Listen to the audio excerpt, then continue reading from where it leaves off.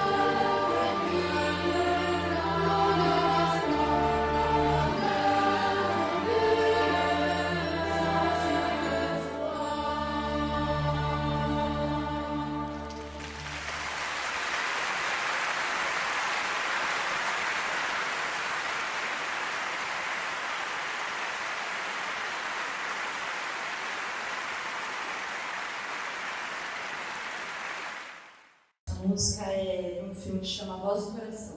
Está disponível na internet.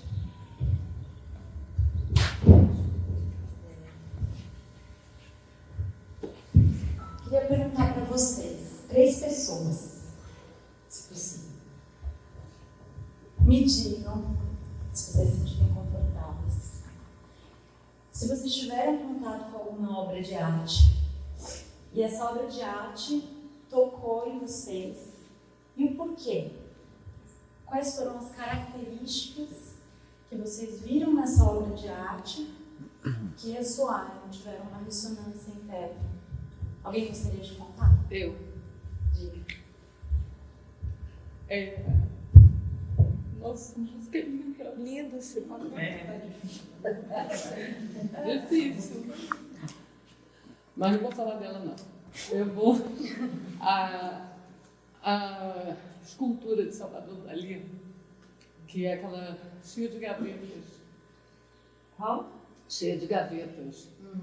Que são as gavetas que nós levamos, que nós trazemos. E algumas abertas, outras não. Então, assim, sensibilizou bastante. A exposição teve no Rio de Janeiro e outras tantas, né? Porque não posso falar de Salvador Dalí, que eu adoro. Mas essa é a que sensibilizou mais, porque são gavetas e que, quando são abertas, não sabemos o que fazer. Estão abertas e fechadas. Tem mais? Eu fiquei muito emocionado com a escultura do Miguel Ângelo na igreja São Pedro em Vínculo, que é o Moisés de Miguel Ângelo. E a gente olhava de um lado, via o Moisés, né, pregando, né? Ia no canto do lado, aí saiu, era pela uma visão de ótica, a gente viu os chifres que a gente não via de frente, para mostrar que ele é um touro, uma força, né? Que vem com a força da lei. A força da inspiração. Ele estava pregando, é isso? Ele estava sentado apresentando a lei, né? Na pedra, na rocha. Né? Eu. A pirâmide de Gizé, no Egito. O que te tocou? Me tocou a enormidade do nosso desconhecimento do que já aqui chegou, do que aqui não ficou e do que aqui precisa existir. Foi isso que eu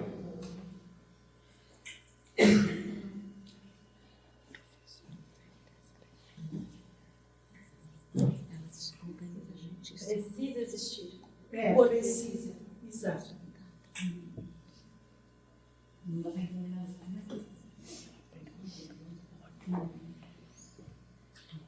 Obrigada, gente.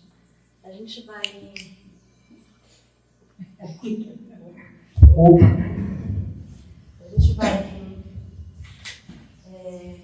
gente vai dar uma passeada. A gente vai dar uma passeada pela história da arte. A arte sendo um dos elementos que nenhuma civilização, nenhum momento da história, não houve a arte. Né? Sempre houve uma expressão artística. Nenhuma sociedade deixou de expressar-se através da arte, né? Mesmo que não soubesse o que era arte. Né? E esses trabalhos artísticos eles assumiram várias formas, serviram para diversos propósitos, mas tem um plano, né? Tem aquele plano diretor, um plano que regula toda essa história, regula toda a civilização, os acontecimentos sociais. A lei de Deus, né? A lei de Deus como plano regular da história e dos acontecimentos sociais. Encontramos o fenômeno social, histórico, político orientados em sintonia com o mesmo ritmo da lei, reguladora de todos os fenômenos. Aqui o Baldi nos traz na civilização do terceiro milênio. E a ideia é a gente passear por essas obras de arte, observá-las e ver quais são as expressividades inaugurais de cada época. principalmente nas artes visuais. E como que elas vão nos dando indício dessa evolução. É gostoso também estar no fim, porque todo mundo falou tanto, e aí a gente vai enlaçando, né? Essa evolução da consciência humana sempre inspirada, sempre consolidando a base e formando ao longo de todos os séculos. A gente começa aqui na pré-história, e na pré-história a expressividade estava muito ligada à fertilidade, demarcação de presença, adoração e relação com os elementos celestes, magia e conexão com qualidades da sobrevivência. E na antiguidade a gente vai ver eles juntos, reverenciar os deuses, as religiosidades e principalmente a cosmogonia de cada cultura, mas também o poder político do império, e a figuração humana começa a surgir com mais. A gente observa. Vamos lá. Venus de Willendorf, encontrado na Áustria 22.000 anos antes de Cristo. A gente olha para esse corpo, essa corpulência, né? Essa fertilidade. Então, o que carrega? Eu preciso carregar algo, segurar algo para sobrevivência. E aqui, o que vocês veem aqui? Tem rosto? Não tem rosto. As cavernas de Lascaux, na França, 17.000 anos, bisões, cavalos, né? Eu coloco no espaço em que eu vivo o que eu preciso. Eu materializo através de representações aquilo que eu preciso. Eu preciso de caça, eu preciso de sobrevivência. É como se eu estivesse invocando isso, né? Para a minha vivência.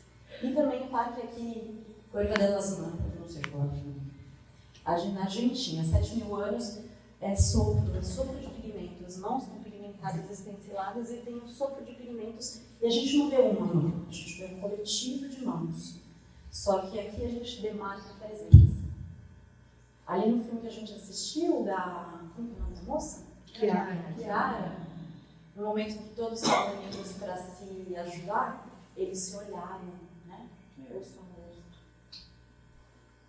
E o coletivo aqui que marca território. Então a gente vai para a civilização egípcia, a civilização que toma forma, né? Consciência da forma. Colocam as pirâmides de Gizé, mas também vem essa forma através das esculturas e de escritos sobre os deuses e principalmente sobre o pós-morte, como que eles estão no pós-morte aqui. Então tem vários corpos, o corpo físico que foi modificado, o corpo etérico, a personalidade, vários corpos. E aqui é o Rahotep, que é no Fest, mulher dele, e eles precisavam colocar isso do lado do túmulo deles, né? Porque o Ka, que era o corpo vital, ele precisava descansar após a morte. E o livro dos mortos. Aqui a gente vê a deusa Maat, que era a deusa da verdade. E quando eles morriam, existia uma balança em que a pena de Maat era colocada junto com o coração da pessoa. Se o coração fosse mais pesado, ele era condenado à não eternidade. Então existia um peso desse coração a partir da deusa da verdade. Se fosse mais pesado, Anubis devorava esse coração, devorava essa pessoa. A gente vai para outras civilizações também ali na antiguidade, a civilização Olmeca, que eles tinham ainda tem, né, essas pedras gigantes, né, toneladas, e elas eram alinhadas junto com os pontos cardeais para essa orientação astronômica. Então eu preciso do meu espaço para minha sobrevivência. E que eram deuses também, né? Eram postos que representavam deuses. Mortalhas de Jade na China, em que os governantes, só os governantes, tinham essas mortalhas que eram como que guardiões diferentes conceitos, né? Mas guardiões dessa alma, desses governantes, e só os governantes podiam ter essas mortalhas feitas de jade costuradas com fios de ouro. Já na civilização persa, tem o Paravahar, aqui de 500 anos antes de Cristo, mas na verdade ele é um símbolo da religião do Zoroastro, né? Uma das primeiras religiões monoteístas.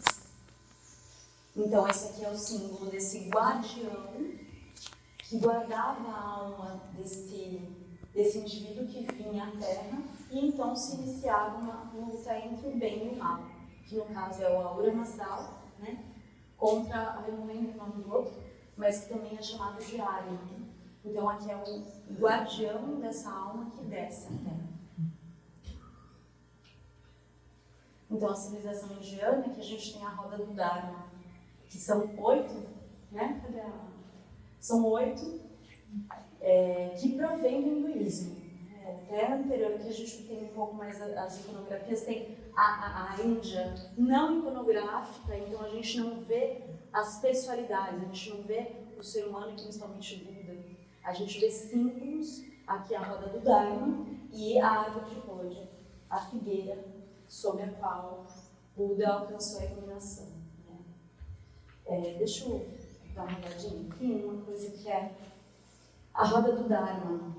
Essa roda do Dharma contém esse ensinamento hindu, que é a compreensão correta, o pensamento correto, a fala correta, a ação correta, o meio de vida correto, o esforço correto, a atenção correta e a concentração correta.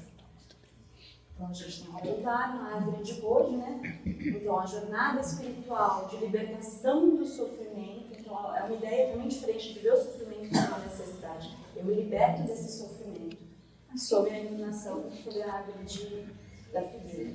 E é o Buda de Gandhara, que é pós-Cristo, mas que aí a gente vê aqui a cultura civilização indiana tomando mais forma. Tomando forma no sentido humano, né? O humano está aqui. A greco-romana.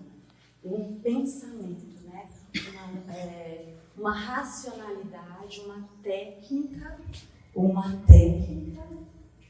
que chega nessa civilização. A gente tinha, assim, na civilização egípcia, esculturas humanas, né? Mas principalmente sobre os deuses e sobre os seus governantes. Aqui na civilização greco-romana, principalmente aqui na Grécia, a gente tem os koroi, que não são pessoas específicas, mas não mais como na civilização egípcia, que eram parados aqui. Olha aqui embaixo. Ele caminha, ele se eleva, verticaliza e dá o seu passo em direção a alguma coisa. Tem o sorriso arcaico, um sorrisinho que aparece aqui, e complexifica aqui também para o Laconte e os seus filhos, que a gente vê, acho que 20 anos que fizeram, 3 escultores fizeram essa obra, durante 20 anos, um movimento. Aqui é uma mitologia, né, da Eneida de Virgílio. Então, é um movimento. Estou aqui paradinho e já eu ando e me mexo. Que nem o Manuel dançando uma rumba aqui na frente, né? Dançando uma rumba, que ele chegou todo na palestra e estava aqui, ó, na rumba. Você percebeu, né, ali? E vai virar mitologia, viu? Isso aqui, ó. Tá gravado na história da humanidade. Ele é o Virgílio que escreveu a Eneida. E a gente, aqui, 20 anos antes de Cristo, a gente tem o Augusto de Primaporta. O imperador, né, pós-Júlio César, dito como um dos primeiros imperadores. Júlio César, pelo que eu pesquisei, não era um imperador, mas que ele foi colocado, né, politicamente como imperador. E ele está, o que ele está fazendo? Discurso, né? Tô aqui. Ele é um líder divinizado militar apontando alguma direção, discursando e colocando a sua força. Né? O Império Romano, como também esse império que dominou territórios, que fez guerras, né? Assim como a gente vê na história da humanidade, as guerras existem, são dominações de territórios, e Augusto de Primaporta, sendo sobrinho de Júlio César, que né, domina, vai lá e aponta essa direção. Mas essa direção para onde? Aqui a gente tem também, engraçado, né? Um gigante líder divinizado militar sobre, né, uma criança que segura aqui. Eu queria ler, engraçado, a gente recebeu aqui no meu, não sei se sabe, esses escritos do vovô. Eu estava lendo e uma fala do vovô sobre a obra Além de Deus. Como se pode chegar à abundância usando o método da destruição? Na sua insaciabilidade de possuir sempre mais, o homem furta, agride o próximo, e no caso de nações, faz guerras. Ilude-se com isso, mas depois, seja ele vencido ou vencedor, sai da luta algebrado, empobrecido e esgotado. Nos planos inferiores, onde domina o estado de evoluído com a ignorância correspondente, tudo permanece mergulhado na luta, na violência, na destruição, na carência extrema. Enquanto que nos planos superiores, onde domina o estado de evoluído com a correspondente sabedoria, tudo emerge e eleva-se na paz, no amor, na construção e na abundância. O mal e a dor são defeitos que não podem ser admitidos senão como imperfeições relativas e passageiras, próprias da criatura ao longo da sua evolução. Existem para serem corrigidos, transformados em bem e felicidade. E seria um absurdo blasfemo admitir que fosse possível ao mal e à dor mancharem de forma definitiva a obra de Deus, vencendo a sua infinita sabedoria e bondade.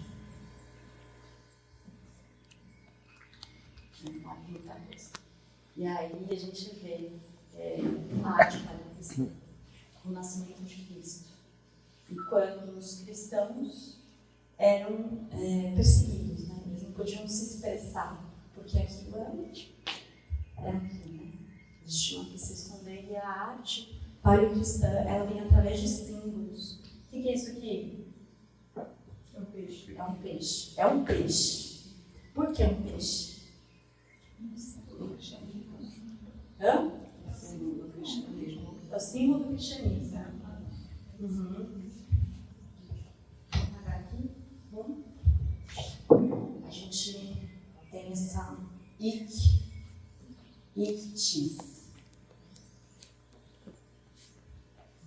Dividido, a gente vê que se chama acrônimo. Essa palavra, em grego, ela quer dizer peixe. Mas em latim, os seus inícios é Jesus Cristo, Filho de Deus, Salvador. Pode botar o quadro mais pra cá, que fica igual a gente. Tá bem certinho aqui também? Foi, ó, Jesus Cristo, Filho de Deus, Salvador. Então, em latim, quer dizer, se propõe, mas eles precisavam de um símbolo para não serem perseguidos, né? Assim como a âncora que segura o navio das tormentas, né? Ou o pastor que conduz, traz confiança e bondade, ou mesmo aqui a Madonna, né? A primeira Madonna no cemitério ali, na Cidade com Beijo de Priscila, Roma, que é a primeira e mais antiga Madonna, 3 séculos depois de Cristo. E com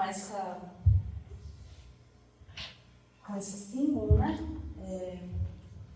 A luz verdadeira é aquela que ilumina todo homem que vem a esse mundo. É o Espírito, a centelha de Deus, que se manifesta como consciência, o saber-se eu, a fundamental qualidade e sensação do ser.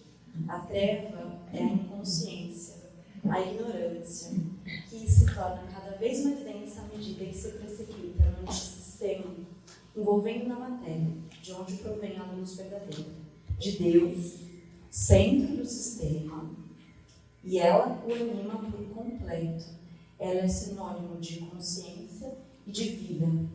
É o Espírito, a substância do ser, que permanece substância em cada um dos seus 3 aspectos ou momentos.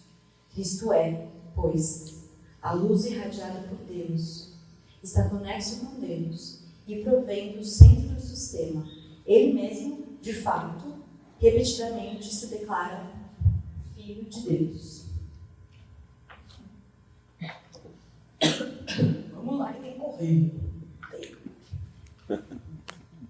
Então, eles não são mais perseguidos, os cristãos. Na arte bizantina, a gente vê isso.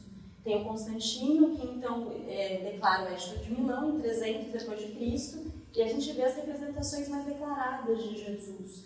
Por motivos políticos também, né? Acho que tem esse povo que adentra o território cristão e a fé cristã, isso se torna um motivo, mas não só, né? Sabemos disso. Vamos para a Idade Média. A Idade Média é a forma humana como meio de expressar valores espirituais, e o cristianismo, então, se torna um tema comum, representados nas iluminuras, nas geografias, nos vitrais, para transmitir a fé, ensinar valores religiosos. E a gente vai ver também a profundidade do espaço interior. 400, e olha o tamanhão desse período, né? 400 a 1400.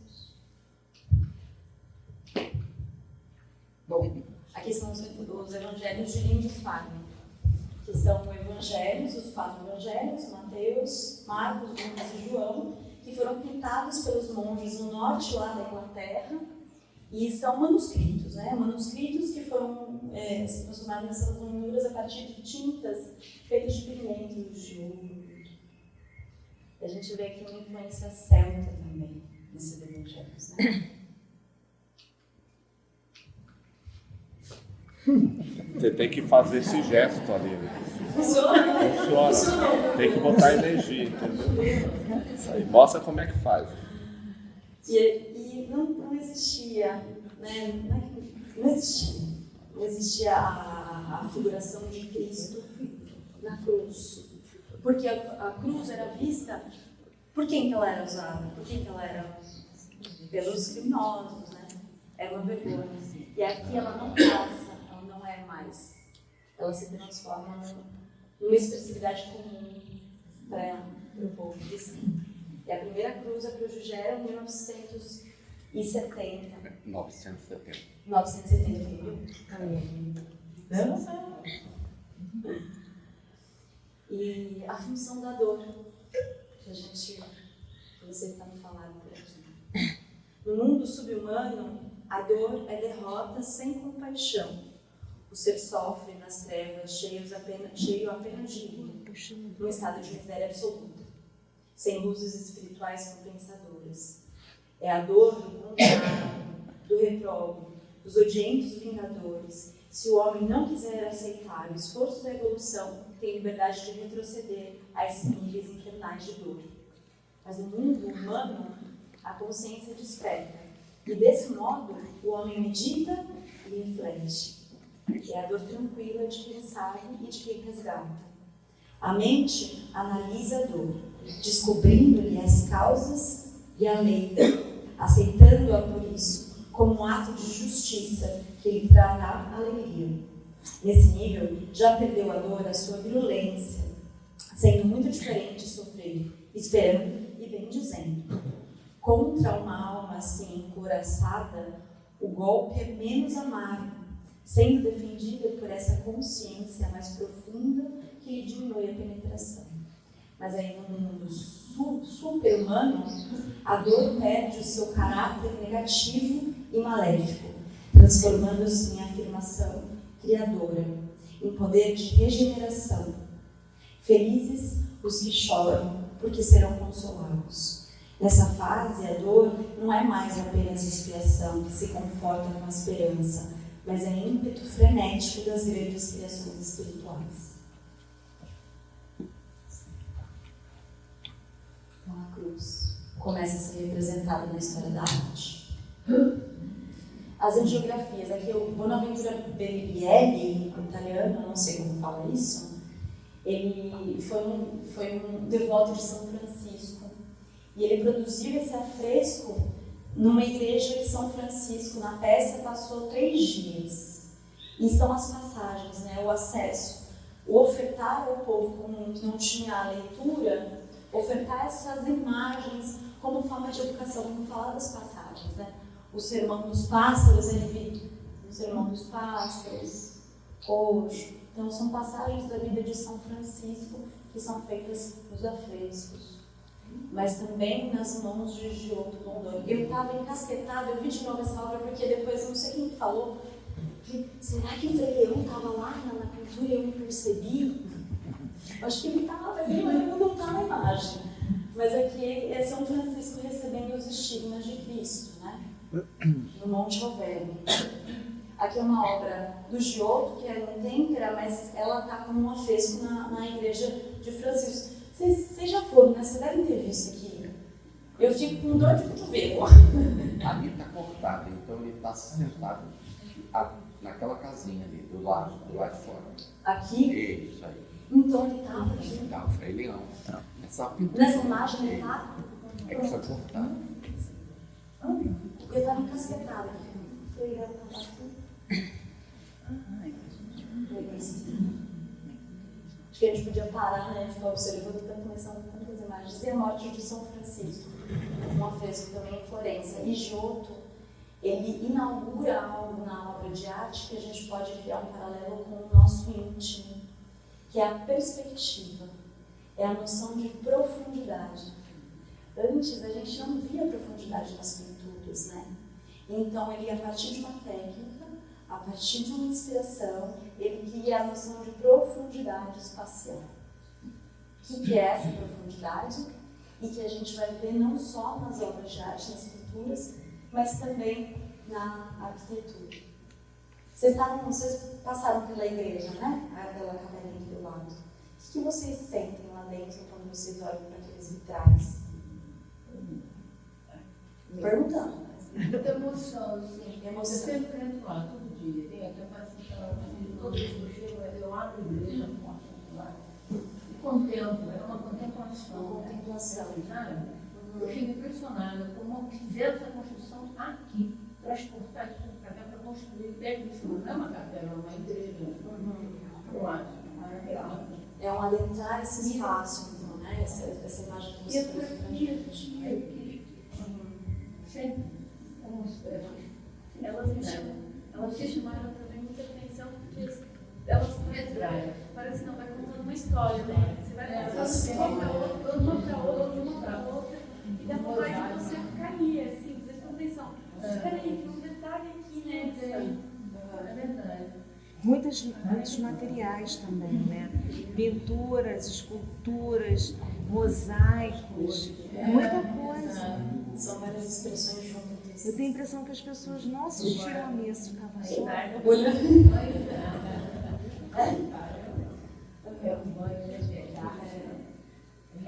Eu fico só babando, porque eu também não vi não, gente, essa pesquisa, eu desejo de É interessante ver que essa arte é uma arte de comunicação, porque não se sabia ler e escrever. Então a gente vê, através da arte dos vitrais, contando uma história. Dos vitrais. Sempre tem uma. Quando se entra na Notre Dame antiga, que eu fui que é uma parte que mas eles restauraram, é toda a história feita em alto e baixo relevo, tudo colocado de uma arte, de uma singeleza, numa época em que não havia outra possibilidade. Né? Não era pela escrita. Né? A comunicação era a imagem. Era a imagem, exatamente. Sim. E aqui tem uma revolução também na arquitetura. Desenhos que parecem uma estrela. Né? Essa rosácea, né? Rosácea. Aqui tem algo inaugural. Aqui no sul da Europa, na Itália, a expressão estava muito nos afrescos, né? A comunicação dos afrescos pelo próprio clima, que é um clima mais seco. Quando a gente vai para o norte ali, a gente não, mas vai para o norte, a comunicação está muito pelos vitrais, então encontra-se muito mais vitrais lá para cima do que lá para baixo, né? E os vitrais, tem essa inauguração, as paredes não seguram mais o peso da arquitetura. São os pilares e as paredes ficam livres para isso, elas ficam livres. Então, aonde que se estrutura? E aí, esses vitrais, eles criam esse ambiente de um espaço interior que por fora é visto como pontiagudo, até meio seco, né, na Catedral de Chartres. E aí, esse espaço aponta para o teto, não tem nada muito lá fora, mas tem as esculturas maravilhosas, obviamente, mas quando você fica, né, que nem aqui na igreja, adentra esse espaço cheio de luz, cor, história, né? Então, E essa história se projeta com a luz. História se projeta com a luz. Magnífico, né? Então aqui tem a Mesquita de Córdoba, na Espanha, que hoje é uma catedral cristã, mas que não foi feita como uma mesquita. E nas paredes, o que vocês veem aqui? Aqui a gente tem expressividades que são arabescos, que são formas florais e que são caligrafias, né? No Alcorão é a palavra de Allah. E por isso, portanto, a caligrafia é santificada, ela é sagrada porque é a palavra de Allah. Então aqui a gente não tem as figurações, a gente tem as formas dos arabescos, os desenhos e as caligrafias como sendo uma forma com uma expressividade sagrada, né? E 8, né? Octogonal. E a gente vai também para outras civilizações para não ficar tão eurocêntrico, né? Ifé é uma cidade dentro de um estado, que é o estado de Oxum, que é no país Nigéria. Tem os umbandistas aqui, né? Nigéria como sendo o berço da cultura iorubana, né? Da cultura iorubá. E a gente carrega os orixás, né? Dessa cultura iorubá. A gente vai para um terreiro, a gente entra na Umbanda, então, né? Tá ali o Oxum, tá junto com Xangô, né? Estão junto com todos os orixás. Mas nesse território, os orixás não são cultuados juntos, eles são cultuados de forma separada. Né? Eles são cultuados como seus territórios, assim como a gente vê aqui o templo de Oxum, que é um patrimônio mundial tombado. E as cabeças de fé, quando descobriram essas cabeças, o pessoal falou assim, achando que essas pessoas eram pessoas atrasadas. E tem uma tecnologia, tem um saber ancestral extremamente complexo. E porque a cabeça, a personalidade reflete a sua energia interior, né? Para eles. E a energia interior na cultura urbana está onde? Na cabeça. No olhinho. E a cultura nórdica também, a gente olha aqui um artefato, eu não consigo pegar a data deles, mas é uma moeda, e eles eram enterrados com essas riquezas, uma moeda com Odin e as runas. Tem gente que tira a runa aí? Tira a runa? A runa como sendo um oráculo, mas sendo também uma comunicação entre os homens, entre as pessoas. E Odin, que ficou, ele se sacrificou. Ele sacrificou o seu olho, ficou 9 dias pendurados no Brasil para receber a sabedoria das runas. Então é um sacrifício para alcançar essa sabedoria. Eu não enxergo com o meu olho, mas eu tenho 2 corpos que percorrem todos os territórios, o Mir e o Munir. E um é a representação, um é a representação do pensamento e o outro é a representação da memória. Então, e a gente vai para o renascimento. De novo, a gente retorna. É sempre um ir e vir, né? A gente retorna para uma representação fiel e precisa. A gente retorna para uma racionalidade para essa construção, para esses desenhos, para essas representações e expressividades. Mas existe agora uma reconciliação do cristianismo, mas também com o paganismo e outras culturas. E essas funções alegóricas, né? A gente vê primeiro um aprofundamento, né? A gente já viu com o Giotto, mas acontece maior aprofundamento ali com a perspectiva geométrica espacial. Vamos lá. O movimento devote moderna, que inspirou Inácio de Loyola, mas que era uma inspiração da Igreja Católica, em que eu espelho as atitudes de Cristo. Eu internalizo essas atitudes de Cristo. Existe uma interiorização maior dessas crenças, né? E solta-se um pouco da liturgia, eu fico mais no mundo, eu me expando nessa fraternidade. E é com esse devote moderno que inspira a atuação cristã hoje também. E a gente vê também o sofrimento como um espaço escampo. Funciona também. O espaço e a dor do sofrimento com a obra de Weber na deposição da cruz. Acho que cada uma vai ter um tempão se a gente também for analisando elas e tal. E a gente olha para essa obra de Sandro Botticelli. Quando aqui ele volta para as mitologias que a gente tinha visto ali na cultura grega. O que vocês estão vendo aqui? Hã?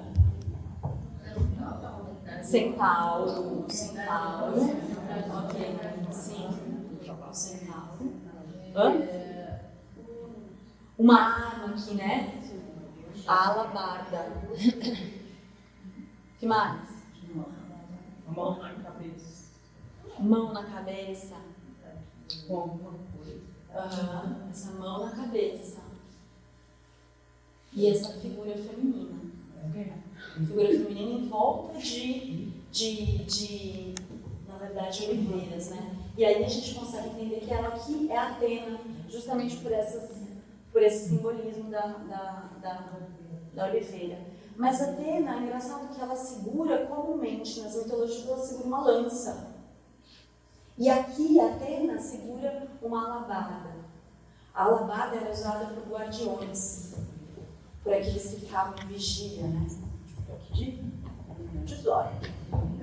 E ela segura na cabeça esse centauro, essa representação da animalidade. A deusa da sabedoria, a deusa da honra e da inteligência, que não segura uma lança, segura um instrumento de vigília, segurando na cabeça uma representação do centauro, que é uma animalidade que perseguia as ninfas virginais. Então, aqui a gente vê também o quanto a alegoria também como a importância da nossa aprendizagem, do nosso entendimento, quando eu preciso estar vigilante. Eu não posso deixar a animalidade me tomar. Eu não vou matar o animal. Ela não está agressiva, assim, olha. Ela está,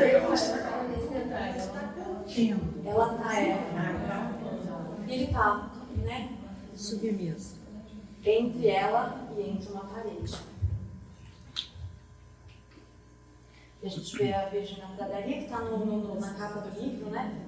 A Virgem na Pradaria de 1512, de Rafael Santos. A gente viu a maternidade, a gente viu ali a primeira Madonna, e Santos no Renascimento amplia, e aí produções e mais produções sobre esse papel, sobre essa mãe, esse Jesus e esse João. E aqui eu tenho um escrito que eu meu também, da grande síntese. Ascender em amor consiste na pura essência da evolução, onde o amor é todo espiritual. Significa gozar o verdadeiro amor divino, onde não há cansaço, nem desgaste, onde o espírito abre os braços ao infinito e possui tudo, sem nada pedir. É a resposta ao buscar o reino dos céus, e tudo mais nos será dado por alcance. Essa figura maternal, esse amor incondicional. Não há cansaço, tudo será dado por alcance, pelo amor. Então a gente olha também para a Capela Sistina. A Capela Sistina que contém as passagens da Gênesis, né? Vários pedaços da Gênesis feitos pelo Botticelli também, pelo Michelangelo. E a gente olha para essa parte que foi Michelangelo que fez, né? O nascimento de Adão, a figura de Deus, que toca e se encontra com a sua criação, o Criador e a criatura. Oi? Capela Sistina. Capela Sistina. Desculpa, não estava te vendo. A Capela Sistina com as passagens da Gênesis, né? E aqui o Criador que encontra com sua criatura, mas é engraçado que ele toca, né? E o que é essa... Gente, tem tanta coisa para estudar, né? Uma coisa que é essa imanência e transcendência. Ele toca. Antes de criar, Deus era o uno todo, que ainda tudo devia tirar de si, não havendo ainda a criação. Não nascera o sistema, nem o antissistema, isso é. Não havia dualismos de aspectos, mas somente o uno. Com a criação, o uno se distinguiu em criador e criatura. Então, puramente espiritual, e nasceu o sistema. Mas com a queda, ele se dividiu em dois, o sistema e o antissistema, em que a criatura espiritual caiu na prisão da forma, do corpo. Ora, acima de tudo isso, permanecerá o uno no seu aspecto absoluto, que é. Deus é. Além de qualquer criação ou manifestação. Esse é o Deus no seu aspecto transcendente, sem dualismo, acima dele, invulnerável e perfeito. Deus, no seu aspecto imanente, não poderia existir a não ser que em algo não se construísse ele mesmo, porque óbvio seria imanente em si mesmo. E Deus imanente se encontra na criação, quer no sistema conservado íntegro, onde ele está em sua perfeição, quer no antissistema desmoronado, onde ele, por amor, nasceu, desceu à imperfeição para reconduzi-la à perfeição originária. Mas exatamente a imanência e o dualismo e transcendência. Imanência nasceram no ato da criação. Então aqui a gente vê o toque do Criador e da criatura, mas ele é imanente na criação. Ele é aí eu vou fazer os dedinhos, né? Ficar mais perto. Ele é transcendente, mas ele é imanente. Se eu estiver falando para expressar por fora. É isso.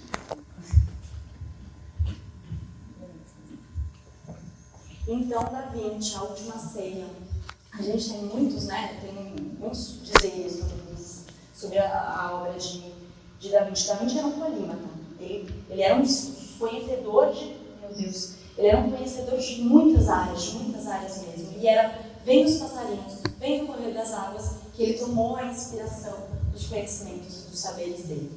E aqui na Da Vinci tem uma, né, Judas está aqui, face virada, um sal caindo, dizem que aqui João ou é Maria Madalena, e tem esse cálice, não tem um cálice na mesa. Ele aponta, mas o cálice não existe. Tem vários outros porquês, né? Tem vários, mas tem um cálice aqui. Mas o curioso é que Da Vinci aqui inaugura, né, traz mais ainda a ideia de profundidade, de perspectiva geométrica, e então nasce o ponto de fuga, que é quando você olha para um ponto, todas as linhas vêm dele. E aonde está o ponto de fuga nessa obra? Em Jesus. Jesus é o ponto de onde saem todas as linhas de profundidade e perspectiva dessa obra. Vamos para o barroco neoclássico. O tenebrismo que chega com Caravaggio, as paisagens e retratos começam a aparecer mais, e vou colocar bem entre aspas, dessacralização da arte. Caravaggio, aqui na obra Incredulidade de São Tomé não acreditava na ressurreição de Cristo. Então Cristo pede para ele: cá, toca minha ferida. A gente vê na feição de Jesus aqui, ele está assim, vem cá, vamos nada. Vem cá, não. Ele está com amor. Então existe também um conforto, né? Um reconfortar-se na dúvida. Existe uma dúvida. A gente entra em dúvida. Por que eu estou sofrendo tanto? Por que isso está passando por isso? Por que eu estou passando por isso? O que eu tenho a aprender? Né? E Jesus pega a mão de São Tomé, coloca o gesto dele. Olha aqui, vem cá, com amor. Quando a gente está com dúvida, né? A Denise Gentileschi, que foi a primeira mulher a estar em Milão, a conversão de Madalena, que é a Maria Madalena, e ela está numa postura de reflexão. Ela não está em culpa, ela está em reflexão. E Rembrandt a gente observa agora com o protestantismo e outras circunstâncias, e Rembrandt, ele vem com muitos autorretratos, estados psicológicos, o ser, o indivíduo, em suas muitas diversidades, sendo retratado. O que era antes não acontecia, agora é natural. Eu me vejo nos meus estados psicológicos, eu percebo eles, eu retrato eles. E a ciência com o iluminismo, Galileu Galilei, Isaac Newton. Então não é mais alguém dizendo na igreja ali, o que eu tenho que fazer?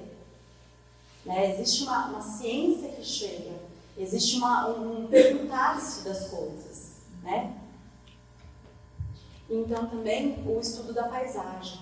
A paisagem se torna temática, deixa eu observar essas nuances, essas cores, essa natureza. Né? Romantismo e impressionismo, existe uma expressão de novo do mundo interno forte, né? E do mundo externo. E é visual e momentâneo. Muitos estilos e técnicas diferentes. Eles começam a dominar também junto com o advento assim, tintas diferentes, eu consigo me movimentar, mas existe também a fotografia que chega, né? E Goya.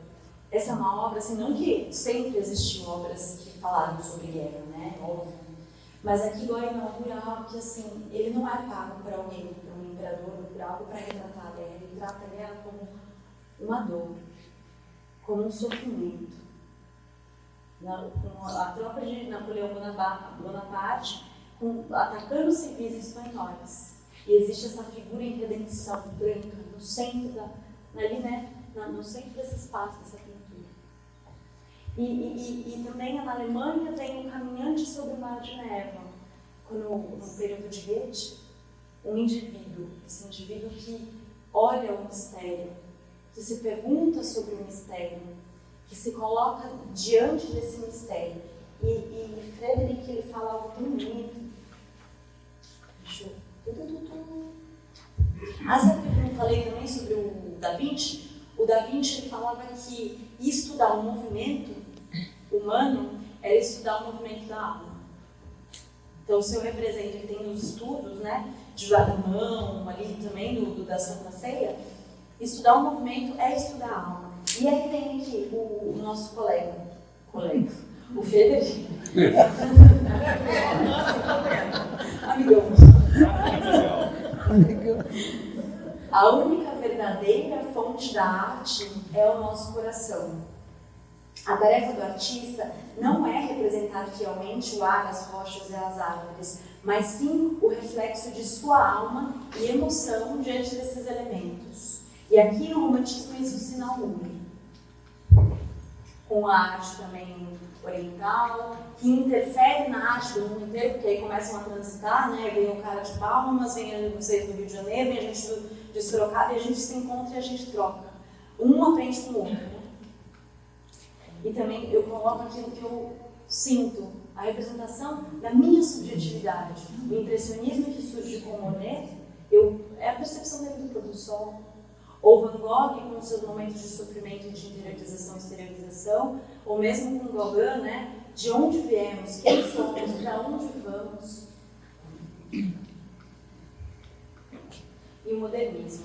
E a gente vê aqui o Salvador Dalí, que mistura, né? Que acessa esse onírico, mas que também está se confrontando com o ambiente de guerra, né? Com o ambiente de luta. E de retratar o quase absurdo, né? Algo mas que ele está acessando a partir de elementos oníricos. Ou Picasso, fragmentação, a gente vê uma pintura fragmentada, né? Uma acordeonista. Hilma Finch, ela foi descoberta recentemente, ela viveu assim, foi até anterior às primeiras obras dela ao abstracionismo, foi a primeira artista a acessar o abstracionismo. Ela era da Sociedade Teosófica e ela se juntou a 5 amigas, onde elas faziam uma sessão, faziam uma meditação, uma oração, e ela recebeu essa missão de pintar, de fazer uma sequência de pinturas chamada Tempo, por essas sessões que ela fazia com os seus colegas, e são pinturas abstratas. Aqui a gente inaugura também um abstracionismo, mas que está dentro e não mais figurativo. Aqui, uma densidade que se eleva, se utiliza, a cor fica mais clara e chega onde? No sol. Das Circandinhas, que também... Oi? Uma pirâmide. E a contemporaneidade. É uma arte conceitual, existe uma interação do artista com uma pessoa que acessa essa obra de arte e ampliação de suportes e materiais. Então, do Ângelo, meu filho, eu tenho um filho de 12 anos, né? E aí ele falou assim: mãe, eu não entendo essa obra da arte contemporânea, esse monte de coisa esquisita que não dá para entender, não dá para ver, tudo demais. Pois é, a arte conceitual, porque não mais importa o resultado, mas o processo e o conceito que o artista tem antes de produzi-la. Então aqui é a Lígia Clark, que é uma brasileira, e ela produz essa arte Bichos. E é uma arte que você interage com ela, você movimenta ela. E qual é esse convite que a contemporaneidade nos mostra, né? Uma obra de arte performática, de encontro da artista com aquela pessoa, e que no encontro a arte se faz. No encontro a arte se faz. E aqui inaugurou agora, gente, fazendo propaganda, a Alma Humana, você e o Universo de Jung, lá no MIS de São Paulo. Inaugurou agora essa obra e são várias pessoas que fizeram várias máscaras que representam essa persona, né, que Jung traz esse conceito, e que você olha para o espelho. Então você interage com a obra, não só com o artista, mas também com a obra.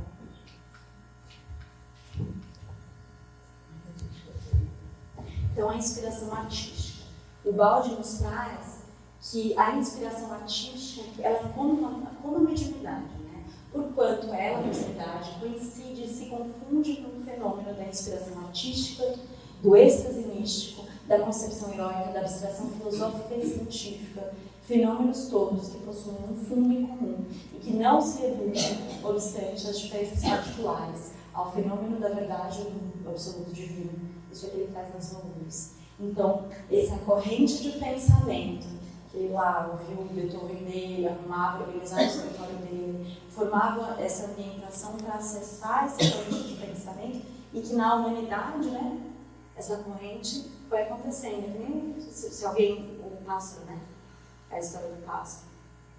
Então eu estava nesse momento, eu vi dessa forma, eu agredi desse jeito, a gente pode fazer diferente. Mas, né, eu digo, nesse momento, dessa captação. Então depende de como que a gente está nesse momento para acessar essas correntes. O misticismo, as religiões, o espiritismo, a filosofia. Cada atitude do pensamento humano criou a sua expressão e observou, de um ponto de vista particular, o mesmo fenômeno. Então, eu olho para a cadeira de diversas formas. Né? O místico, o santo, o profeta, o poeta, o artista, o herói, em todas as suas formas, tem vivido igualmente o fenômeno. O homem é levantado num turbilhão na face de Deus, centro conceitual do universo que aparece e se revela para assinalar os destinos do mundo. E a gente pensa, o que é o que a gente está vivendo agora? Qual é o convite que a gente se faz, né? A arte vive o seu tempo. Essa arte que não encerra em si mesma um potencial de futuro, que não é só produto do seu tempo, eu tenho que fazer diferente, não posso viver só no meu tempo. E jamais engendrará amanhã é uma arte castrada. Ela possui uma força de despertar profético, capaz de uma vasta e penetrante radiação. Gente, não vai dar tempo de falar tudo. Mudam as imagens, os pormenores dos acontecimentos e das datas, mas permanece um fundo idêntico. O que nos interessa é ter achado o fio condutor da história e ver que, no conjunto, todos esses mirantes diferentes nas formas concordam assim mesmo e se sobrepõem. Então, ele teve uma racionalidade lá na Grécia, depois voltou no renascentismo, uma profundidade de emocionalidade, e voltou a essa profundidade de interioridade. Então, sempre existe ali, essa é uma percepção que eu tive nessa pesquisa. É uma racionalidade, mas ela é diferente, ela não é a mesma. É uma profundidade de Giotto, mas a gente vem com uma outra profundidade, bota o Cristo no centro. A evolução de nossas formas psíquicas leva a uma mudança de forma das capacidades sensórias, também de um conteúdo, de uma capacidade de uma mudança conceitual, assim como do aspecto relacional, a sintonia e a harmonia entre nós, entre todos nós que convivemos. Isso foi o Damasceno que falou naquele maravilhoso papo que vocês fazem na internet, você, o Crispim e o Júlio, e aí ele fala isso sobre a sese mística, que eu estou coçando para ler. Então existe essa mudança de forma dessa capacidade sensória e também uma mudança assim como no aspecto relacional, como a gente se relaciona entre a gente. E uma mudança de conceito. O que esse monte de arte aí que eu não estou entendendo? Pois é, o que isso quer dizer? O que essa mudança quer dizer? A ideia de Deus é necessária ao homem. Deve estar próxima para a sua vida, deve ser útil, proporcionar-se a sua compreensão e necessidade de ação. deve, como representação, manter-se a uma justa distância, que se ilumine sem cegar, que se revele e se esconda ao mesmo tempo. Assim, o grande conceito desce ao mundo por sucessivas aproximações, inspirações e revelações que se encontram unidos em cadeia, na expressão progressiva de um pensamento único, contínuo, que governa o mundo. Existe uma grande nuvem que desce e continua através de diversos instrumentos. E essa divina unidade de princípio que mantém a continuidade do pensamento através dos ciclos, das várias civilizações. Ciclos que se rompem, não estou mais tão racional, e se reabrem. E essa unidade originária que se ramifica no pensamento humano, que mantém uma linha verificável e evidente de desenvolvimento lógico através das vicissitudes históricas do mundo. Isso prova que é idêntico, sempre radiante e animador de vários instrumentos registradores. Essa palavra me instigou muito. Grandes e pequenos, todos coordenados no tempo, sob o mesmo impulso, para a execução da mesma obra de revelação progressiva do pensamento divino, também nos valores. E aí o Tio Cristian falou também que isso também me pegou. O verdadeiro Cristo é uma realidade, uma sensação imensa que repele imagem. A gente foi vendo a abstração, a gente foi vendo que a obra não é mais uma escultura também, mas repele imagens. É o infinito que se conquista por sucessivas aproximações. Assim, a consciência alcança e toca progressivamente um Cristo sempre mais interior, penetrando na sua profundidade, um Cristo sempre mais real e imaterial, dele se avizinhando primeiro com os sentidos, depois com a mente e depois com o coração. Um Cristo sempre maior, mais potente, bondoso, unitário, transparente na sua realidade, isso é, sempre mais para o homem, perfeito modelo de Deus. Nessa progressão de imaterialidade e interiorização, o Espírito avizinha-se de sua divina realidade, sente mais evidente a sua verdade. Isso que eu peguei da ciência mística, um PDF que eu peguei livro. E um trabalho da Agrama Flint, que ela falou, segura minha obra, porque eu não estou pronto para ver. E aí agora estou abrindo a obra dela. O caos primordial, essa espiral. Várias espirais que se tocam nesse entrelaço. E é isso. Somos todos chamados a colaborar numa obra imensa. Obrigada, eu agradeço a oportunidade.